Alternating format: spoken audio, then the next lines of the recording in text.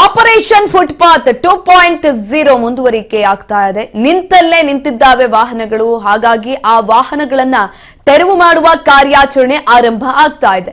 Footpath ವ್ಯಾಪಾರ ತೆರವು ಜೊತೆ ವಾಹನಗಳ ಟೋಯಿಂಗ್ ಕೂಡ ಆಗ್ತಾ ಇದೆ. ನಿಂತಲ್ಲೇ ನಿಂತಿರುವ ವಾಹನಗಳಿಗೆ ನೋಟಿಸ್ ಅನ್ನ ಅಂಟಿಸಿದ್ದಾರೆ. ಸ್ವತಃ ಕೃಷ್ಣ ಭೈರೇಗೌಡ್ರೆ ಹೋಗಿ ವಾಹನಗಳಿಗೆ ನೋಟಿಸ್ ಅನ್ನ ಅಂಟಿಸುವ ಮುಖಾಂತರ ಚಾಲನೆಯನ್ನ ಕೂಡ ಕೊಡ್ತಾರೆ. ಟೋಯಿಂಗ್ ವಾಹನಗಳನ್ನ ತೆರವು ಮಾಡಬೇಕು ಅಂತ 7 ದಿನಗಳ ಬಳಿಕ ತೆರವಾಗದಿದ್ರೆ ವಾಹನಗಳ ಹರಾಜು ಕೂಡ ಆಗುತ್ತೆ.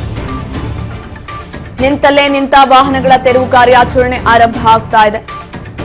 ಫುಟ್ಪಾತ್ ವ್ಯಾಪಾರ ತೆರವು ಜೊತೆ ವಾಹನಗಳ ಟೋಯಿಂಗ್ ಕೂಡ ಆಗ್ತಾ ಇದೆ. ನಿಂತಲ್ಲೇ ನಿಂತಿರುವ ವಾಹನಗಳಿಗೆ ನೋಟಿಸ್ ಅನ್ನ ಅಂಟಿಸಿದ್ದಾರೆ ಜಿಬಿಎ ಅಧಿಕಾರಿಗಳು. 7 ದಿನಗಳ ಬಳಿಕ ತೆರವಾಗದಿದ್ರೆ ವಾಹನಗಳ ಹರಾಜು ಕೂಡ ಆಗತ್ತೆ. ಆಪರೇಷನ್ ಫುಟ್ಪಾತ್ 2.0 ಮುಂದುವರಿತಾ ಇರುವಂತದ್ದು. ನಿಂತಲ್ಲೇ ನಿಂತಿದ್ದಾವೆ ವಾಹನಗಳು.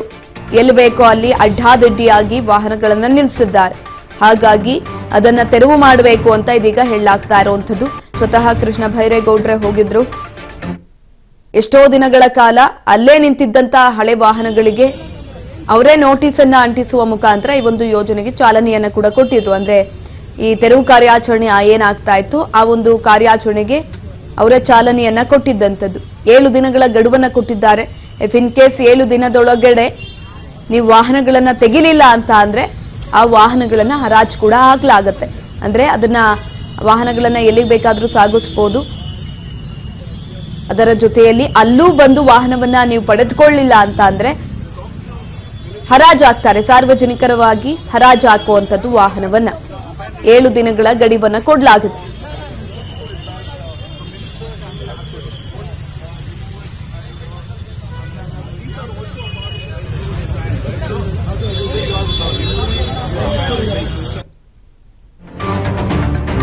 ಜಿಬಿಎ ವ್ಯಾಪ್ತಿಯ ಬಿಡಾಡಿ ವಾಹನಗಳ ಪಟ್ಟಿ ಕೊಟ್ಟ ಸಂಚಾರ ಪೊಲೀಸರು. ಸದ್ಯಕ್ಕೆ ಜಿಬಿಎ ವ್ಯಾಪ್ತಿಯಲ್ಲಿವೆ 1571 ಬಿಡಾಡಿ ವಾಹನಗಳು. ಬೆಂಗಳೂರಿನಲ್ಲಿ ಎಲ್ಲೆಂದರಲ್ಲಿ ಕಾರ್ ಬೈಕ್ ನಿಲ್ಲಿಸುವ ಮುನ್ನ ಹುಷಾರಾಗಿರಿ. ಜಿಬಿಎ ವ್ಯಾಪ್ತಿಯ ಬಿಡಾಡಿ ವಾಹನಗಳ ಪಟ್ಟಿಯನ್ನ ಇದೀಗ ಸಂಚಾರಿ ಪೊಲೀಸರು ಕೊಟ್ಟಿದ್ದಾರೆ. 1571 ವಾಹನಗಳಿರುವಂಥದ್ದು ಜಿಬಿಎ ವ್ಯಾಪ್ತಿಯಲ್ಲಿ. ಎಲ್ಲೆಂದರಲ್ಲಿ ಕಾರ್ ಬೈಕ್ಗಳನ್ನ ನಿಲ್ಸೋ ಮುನ್ನ ಹುಷಾರಾಗಿರಿ. ಯಾವ ಪ್ರದೇಶ ಅಂತ ನೋಡಲ್ಲ, ಅದು ಪಾರ್ಕಿಂಗ್ ಲಾಟ, ಅದನ್ನು ಗಮನಿಸೋದಿಲ್ಲ. ಎಲ್ಲಿ ಬೇಕೋ ಅಲ್ಲಿ ಹೆಂಗ್ ಬೇಕೋ ಹಂಗೆ ವಾಹನಗಳನ್ನ ನಿಲ್ಲಿಸಿ ಹೋಗಿರ್ತಾರೆ. ಹಾಗಾಗಿ ಇದೀಗ ಗಡುವನ್ನ ಕೊಟ್ಟಿರುವಂತದ್ದು. ಈ ಕುರಿತಾಗಿ ಹೆಚ್ಚಿನ ಮಾಹಿತಿಯನ್ನ ತಿಳ್ಕೊಳ್ತಾ ಹೋಗೋಣ. ನಮ್ಮ ಪ್ರತಿನಿಧಿ ವಿನುತಾ ಸಂಪರ್ಕದಲ್ಲಿದ್ದಾರೆ. ಎಸ್ ವಿನುತಾ, ಇತ್ತೀಚೆಗಷ್ಟೇ ಕೃಷ್ಣ ಭೈರೇಗೌಡ್ರೆ ಈ ಒಂದು ಕಾರ್ಯಾಚರಣೆಗೆ ಚಾಲನೆಯನ್ನ ಕೊಟ್ಟಿದ್ರು, ನೋಟಿಸ್ ಅನ್ನ ಅಂಟಿಸುವ ಮುಖಾಂತರ. 7 ದಿನಗಳ ಗಡುವು ಕೂಡ ಇದೆ. ಅದಾದ ನಂತರ ಏನಾಗುತ್ತೆ, ಹೆಚ್ಚಿನ ಮಾಹಿತಿ ಕೊಡೋದಾದ್ರೆ? ಎಷ್ಟು ಕೊನೆ ಹೇಗಿದೆ ಏನಿದೆ ಅಂದ್ರೆ, ನಮ್ಮ ಬೆಂಗಳೂರಿನಲ್ಲಿ ಏನು ಬೀದಿ ಬದಿಯ ವ್ಯಾಪಾರಕ್ಕೆ ಸಂಬಂಧಪಟ್ಟಂತೆ ಸಾಕಷ್ಟು ಕಾರ್ಯಾಚರಣೆ ಮುಂದುವರೆದ ನಂತರದಲ್ಲಿ ಇದೀಗ ಮತ್ತೊಂದು ಹೊಸ ಕಾರ್ಯಾಚರಣೆಗೆ ಕೃಷ್ಣ ಭೈರೇಗೌಡ ಅವರ ನೇತೃತ್ವದ ಜಿಬಿಎ ಪ್ರಾಧಿಕಾರ ಮುಂದುವರಿತಾ ಇರುವಂತದ್ದು. ಅದರಲ್ಲಿ ಈಗ ಏನು ರಸ್ತೆ ಬದಿಯಲ್ಲಿ ಏನು ಅನಾಧಿಕೃತವಾಗಿ ಮತ್ತು ಅನಾಥವಾಗಿ ಯಾವೆಲ್ಲ ಒಂದು ವಾಹನಗಳನ್ನ ನಿಲುಗಡೆ ಮಾಡಲಾಗಿದೆ, ಅಂತಹ ವಾಹನಗಳನ್ನ ತೆರವು ಮಾಡುವಂತಹ ಕೆಲಸವನ್ನ ನಿನ್ನೆ ಅಧಿಕೃತವಾಗಿ ಕೃಷ್ಣ ಭೈರೇಗೌಡರು ಕ್ವೀನ್ಸ್ ರಸ್ತೆಯಿಂದ ಚಾಲನೆಯನ್ನ ನೀಡಿರುವಂತದ್ದು. ಅಂದ್ರೆ ಈ ಸಾಕಷ್ಟು ನಮ್ಮ ಬೆಂಗಳೂರಿನಲ್ಲಿ ಎಲ್ಲೆಂದ ತಿಳಿ ಫುಟ್ಪಾತ್ ಗಳಲ್ಲಾಗಿರ್ಬೋದು ಅಥವಾ ರಸ್ತೆ ಬದಿಯಲ್ಲಿ ಬೇಕಾಬಿಟ್ಟಿ ಅನಾಮಧೇಯ ವಾಹನಗಳನ್ನ ನಿಲುಗಡೆ ಮಾಡಲಾಗುತ್ತೆ. ಅಂತವನ್ನ ಮೊದಲು ನೋಟಿಸ್ ಅನ್ನ ಕೊಡ್ಲಾಗುತ್ತೆ. ತದನಂತರದಲ್ಲಿ ಆ ಒಂದು ನೋಟಿಸ್ಗೆ ಅಲ್ಲಿನ ಮಾಲೀಕರು ಯಾವುದೇ ರೀತಿಯಲ್ಲಿ ಪ್ರತಿಕ್ರಿಯೆಯನ್ನ ನೀಡಿದ ಪಕ್ಷದಲ್ಲಿ ಆ ಒಂದು ಏನೆಲ್ಲ ವಾಹನಗಳಿದೆ ಅದನ್ನ ಟೋಯಿಂಗ್ ಕೂಡ ಮಾಡ್ಲಾಗುವಂಥದ್ದು. ಇನ್ನ ಕೆಲವೊಂದಷ್ಟು ವಾಹನಗಳ ವಾರಸುದಾರ ಇಲ್ಲಿ ಬರ್ದೇ ಹೋದ ಪಕ್ಷದಲ್ಲಿ ನಂತರದಲ್ಲಿ ಅದನ್ನ ಕೆಲವೊಂದಷ್ಟು ಹರಾಜು ಪ್ರಕ್ರಿಯೆ ಮಾಡುವಂತಹ ಕೆಲಸ ಕೂಡ ಆಗುವಂಥದ್ದು. ಅಂದ್ರೆ ನ್ಯಾಯಾಲಯದ ಒಂದು ಸಮ್ಮತಿಯ ಮೇರೆಗೆ ಹರಾಜು ಪ್ರಕ್ರಿಯೆಯನ್ನು ನಡೆಸಲಾಗುತ್ತೆ. ಸೊ ಅಲ್ಲಿ ಯಾವೆಲ್ಲ ಒಂದು ಹರಾಜು ಪ್ರಕ್ರಿಯೆಯಲ್ಲಿ ಸರ್ಕಾರದ ಒಂದು ಕಾನೂನಾತ್ಮಕವಾಗಿ ಆ ಒಂದು ಪ್ರಕ್ರಿಯೆ ಜಾರಿಯಾಗುವಂಥದ್ದು. ಏನು ಈ 7 ದಿನ ಗಡುವಲ್ಲಿ ಅವ್ರು ಯಾರು ಕೂಡ ವಾರಸುದಾರರು ಬರ್ದೇ ಪಕ್ಷದಲ್ಲಿ ಹರಾಜನ್ನ ಮಾಡಲಾಗುತ್ತೆ.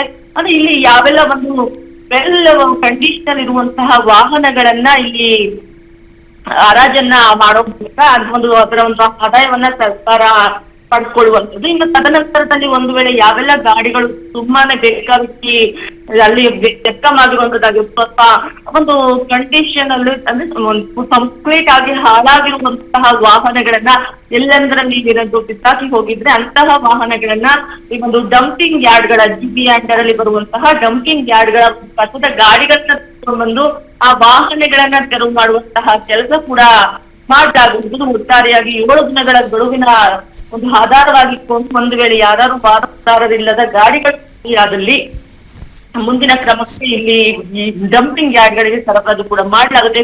ಇವನ್ನ ಒಂದು ವಿಶೇಷ ಅಂದ್ರೆ ನಮ್ಮ ಬೆಂಗಳೂರಿನಲ್ಲಿ ಸುಮಾರು 1,000ಕ್ಕೂ ಅಧಿಕ ಗಾಡಿಗಳು ಇಲ್ಲಿ ಇರುವಂತದ್ದು. ಅಂತಹ ಅನಾಥ ಗಾಡಿಗಳು ಪ್ರತಿಯೊಂದು ರಸ್ತೆಯ ಬದಿಯಲ್ಲೂ ಕೂಡ ಸಾವಿರಾರು ಗಾಡಿಗಳು ಸಿಗ್ತಾ ಹೋದು.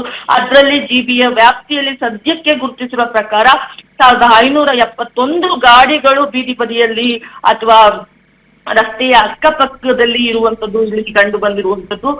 ಇದಕ್ಕೆ ಸಂಬಂಧಪಟ್ಟಂತೆ ಸಂಚಾರಿ ಪೊಲೀಸರ ಸಹಯೋಗದಲ್ಲಿ ಜೊತೆಗೆ 5 ಪಾಲಿಕೆಯ ಅಧಿಕಾರಿಗಳು ನಿನ್ನೆಯಿಂದ ಕಾರ್ಯಪ್ರವೃತ್ತಿಯಾಗಿರುವಂತದ್ದು. ನಿರಂತರವಾಗಿ ಒಂದು ಬೆಂಗಳೂರಿನ ಪ್ರತಿಯೊಂದು ಫುಟ್ಪಾತ್ ರಸ್ತೆಗಳಲ್ಲಿ ಒಂದು ಕಾರ್ಯಾಚರಣೆ ನಿರಂತರವಾಗಿ ಮುಂದುವರಿಯುತ್ತೆ. ಕಂಪ್ಲೀಟ್ ಆಗಿ ಎಲ್ಲೆಲ್ಲಿ ಅನಧಿಕೃತ ಒಂದು ಅನಾಥ ವಾಹನಗಳಿದೆ ಅವೆಲ್ಲವನ್ನು ಕೂಡ ತೆರವು ಮಾಡುವಂತ ಪ್ರಕ್ರಿಯೆ ಚಾಲ್ತಿಯಾಗ್ತಾನೆ ಇರುತ್ತೆ. ಸುಕನ್ಯಾ, ಧನ್ಯವಾದಗಳು ವಿನುತಾ ಹೆಚ್ಚಿನ ಮಾಹಿತಿಗಾಗಿ.